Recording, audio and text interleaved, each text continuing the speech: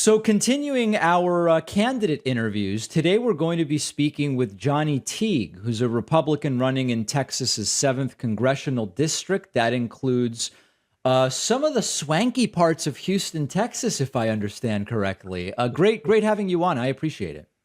It's an honor to be with you. Thank you and your audience for having me. So there's a number of different ways we could start this interview, and this might be a weird thing, but just as a sort of gut check, I've been asking a lot of the different Republican candidates we talked to this question, and I forgive me for such a silly question, but who is the current president of the United States? Current president of the United States is a fellow named Joe Biden. Okay, all right, that's a start. Is he a legitimate president in the sense that his presidency represents the will of the voters?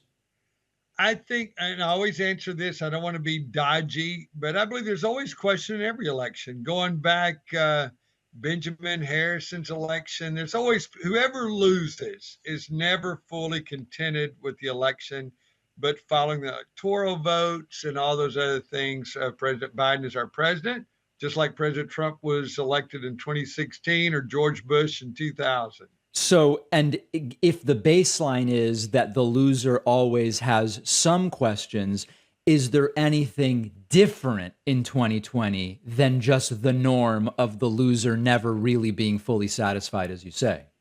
I don't think so. I will say there are some differences. Oh, One difference was because of COVID, we had drive-in or drive-up voting, which we never had that before. So yeah, there were some differences with voting this time. okay, but big picture, you're not saying it's a dramatically different situation in terms of the loser being dissatisfied that they really lost.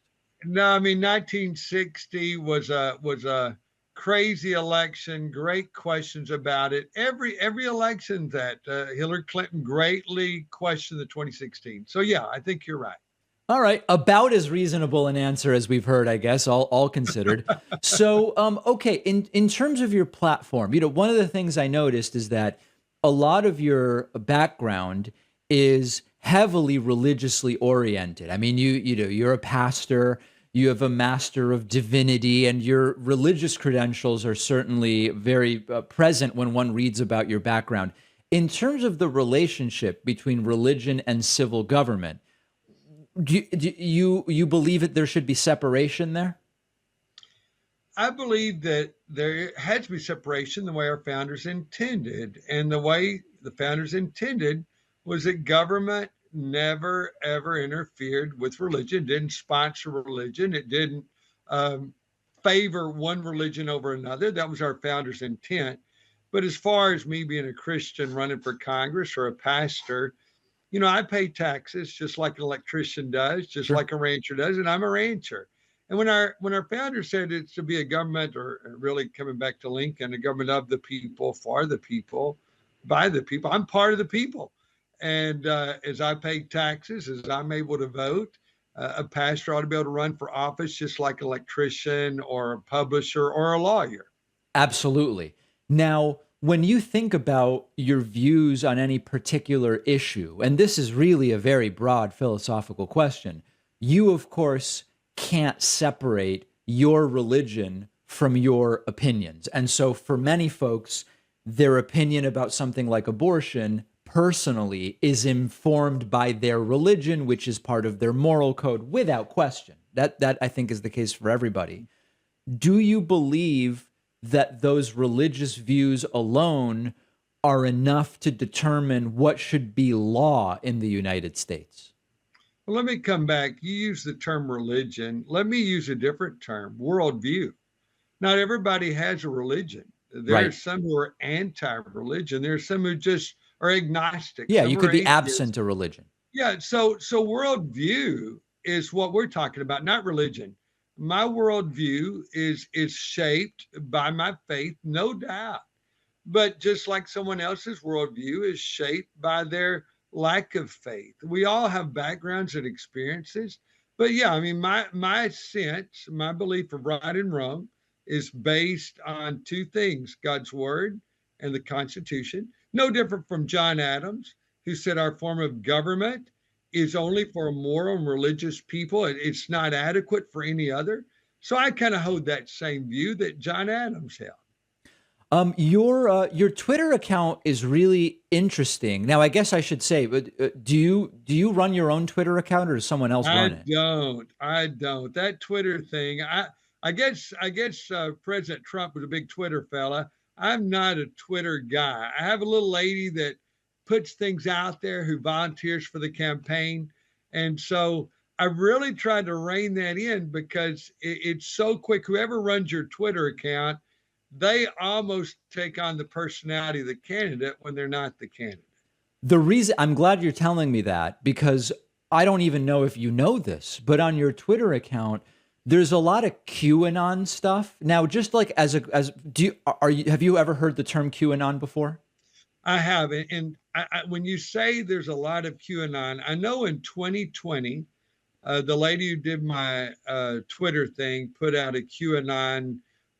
There was something that QAnon put out that she liked and shared it. I guess that's what you do with Twitter.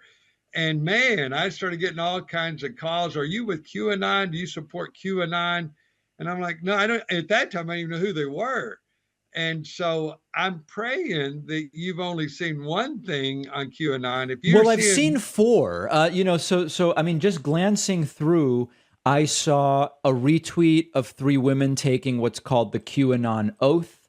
I saw a retweeted video with a JFK Jr. conspiracy theory, which is a big QAnon thing. I how long saw. ago was that, brother? I'm sorry. What do you remember the dating on It those? says June, although I admit it's not clear whether it's June of this year or last year. Well, I'll tell you what, and I'm not trying to be evasive by any means. You can look at my post on Facebook. You Yeah, can look at my post on my website. You'll never see a dog thing on QAnon. But if what you're saying is correct, and when we finish, I will make sure to check that. fair. I'll shut the Twitter account down Okay, but so because you seem to be clear. Like you have nothing positive to say about QAnon, and you're not associated in any way with that. I'm not associated at all. And I thought we had taken care of this in 2020.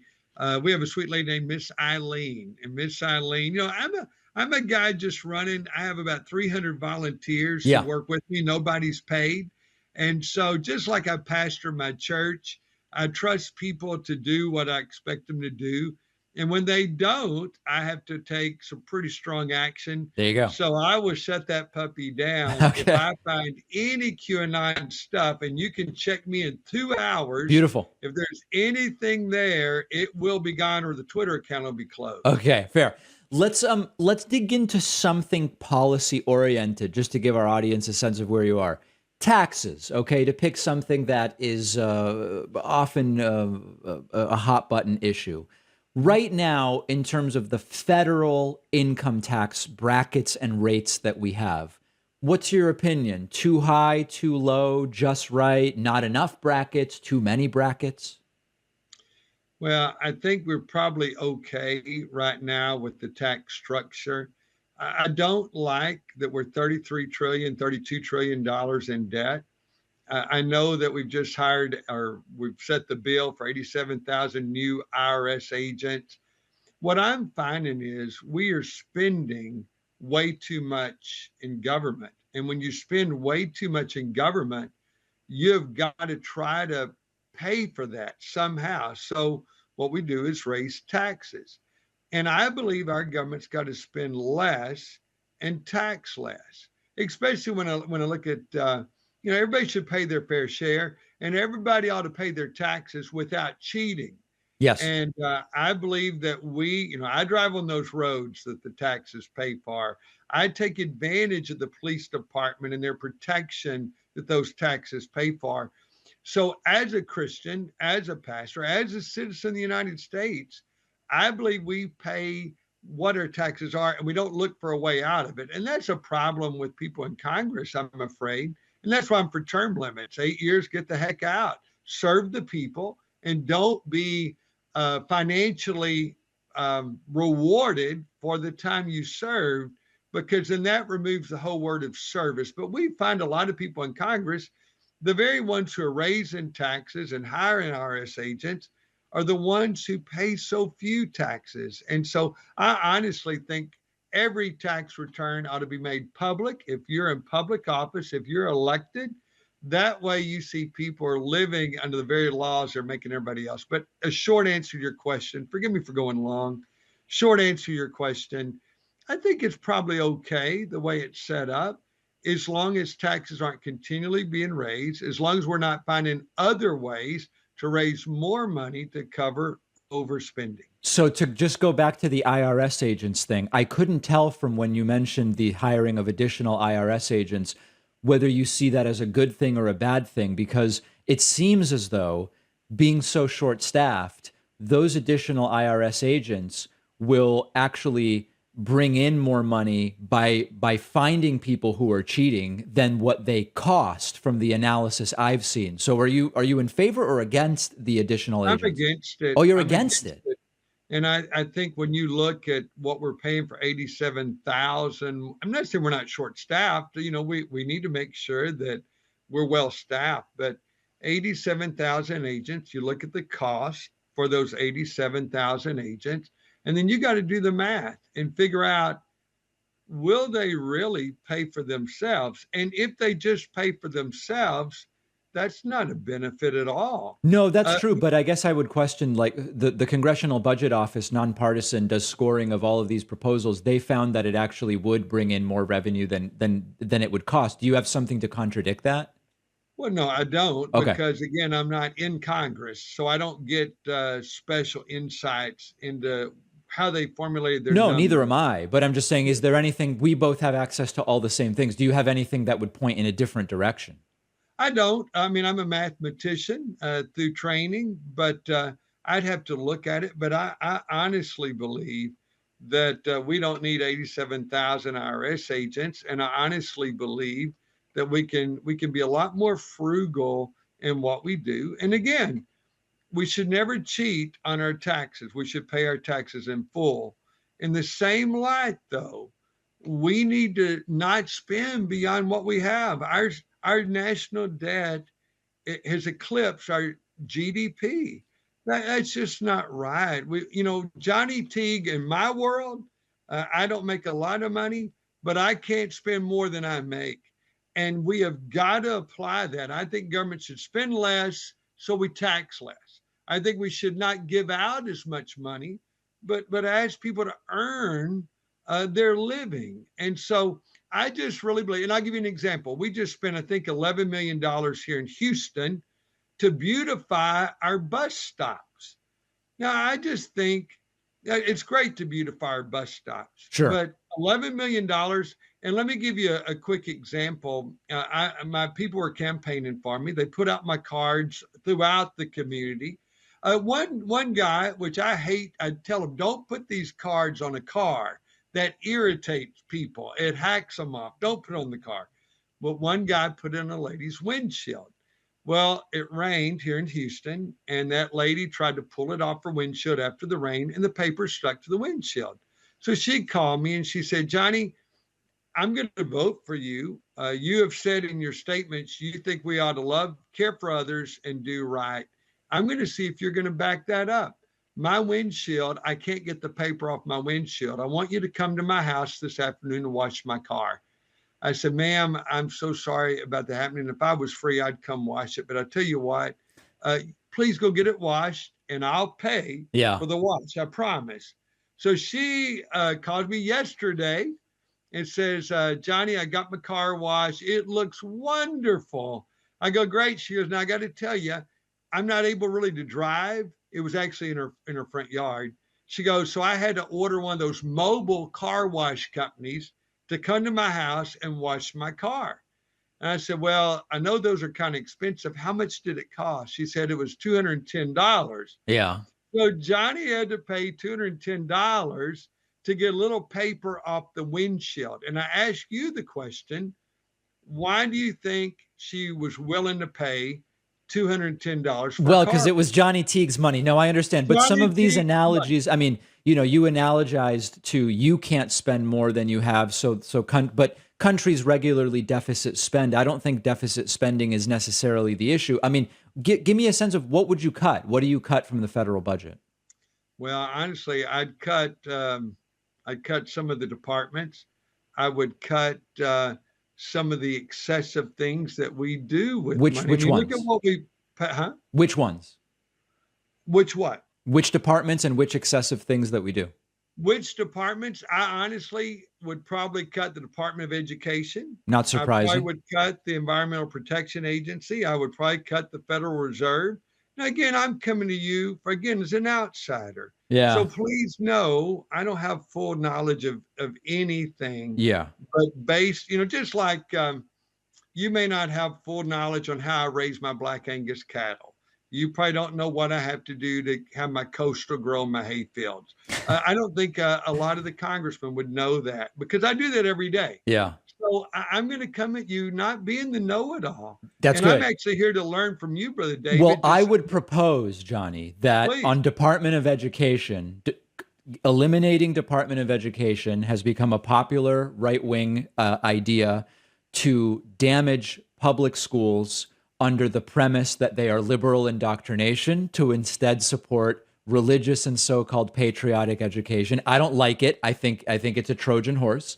And the truth is that if you eliminate the Department of the EPA, this idea that every business is incentivized to police itself when it comes to pollution, it's been proven false. And without the EPA, pollution and as a result, all sorts of disease and cancer as a result of that pollution would explode. Those are the perspectives I would encourage you to consider. Well, and I actually disagree with you, and I I'm encourage not you to surprised. consider. And I mean, we can go with what you say, or if you want me to share, I'll be happy to. No, I mean, it's. I'm just suggesting you consider those perspectives. Yeah, absolutely. And may I Please. say I don't believe that wanting to change our Department of Education or remove it isn't some right wing Christian or biblical pounding thing. You look at how kids are doing right now in math, for instance, and I taught college algebra. They're doing terrible in math. Look at how they're achieving on these different metrics, whether it be science or English. Heck, they can't even write cursive anymore, where we have seen that writing cursive forms a connection in the brain and the memory better than just printing. So, I mean, these are just basic things. I think we're teaching kids the fringe things, which I think are fine, but I think we got to get back to the basics. And so I believe we need to spend more time teaching math, science, English, things that are really going to help kids function in life and get a job after they get out of school. Now, with the EPA, I believe firmly you're right. I think that there have been great errors in the past, great crimes against humanity at times that have really harmed people. We see it even here in Houston, where companies sometimes more worried about the bottom line than anything. But today, in a social conscious, in a social media, in a moment by moment news cycle, I believe there's greater policing. I mean, there's a reason oil and gas companies are looking at wind and solar, and they're looking at cleaning the environment. You see BlackRock and these other investors that are really pressing them, and I'm not a BlackRock fan, but they're pressing these companies to be more socially responsible. So you look at oil and gas right now, people are complaining about the price of gas, and I'm one of them.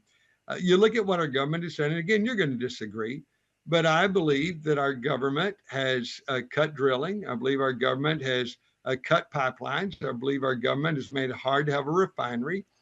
And even I talked to an oil executive the other day, and I was an accountant for Shell, so I do have some oil and gas experience. You may say it's jaded, but an oil and gas guy said, Johnny, it's more risky, or it's as risky. Let me be accurate. It's as risky for us to drill in the United States as it is Venezuela or Nigeria. And that's because they spend all this money on R&D. They get a well ready to come, and then the government yanks that license or that permit. And sometimes under the guise of protecting some species. And yet you look at wind and solar and the damage it does to species as well. I think we've got to care for our environment. But anyway, I think that regulations are Yeah. raising prices. I think they're harming us. I'm a farmer. I raise hay. Fertilizer is 3 times more this year than it was last year. And I know part of that's the Russian invasion of the Ukraine, but we're also being told what fertilizer we can use, what we shouldn't use. Now we're telling food shortages are going to occur. So I just think that we've got government does a good job, but sometimes Yeah. we overreach, just like I do. Well, if I may, Johnny, that was the equivalent of an ink blot of different things going between It fertilizer was. prices, wind It was. power, species, and I don't think it will shock you that I disagree with basically everything you just said. But that's going to have to be for a different conversation since we have our time today has elapsed. It's an interesting race that you're running in the 7th congressional district. We've been speaking with Republican Johnny Teague. Let's see how things go in November, and then we'll reconvene from there.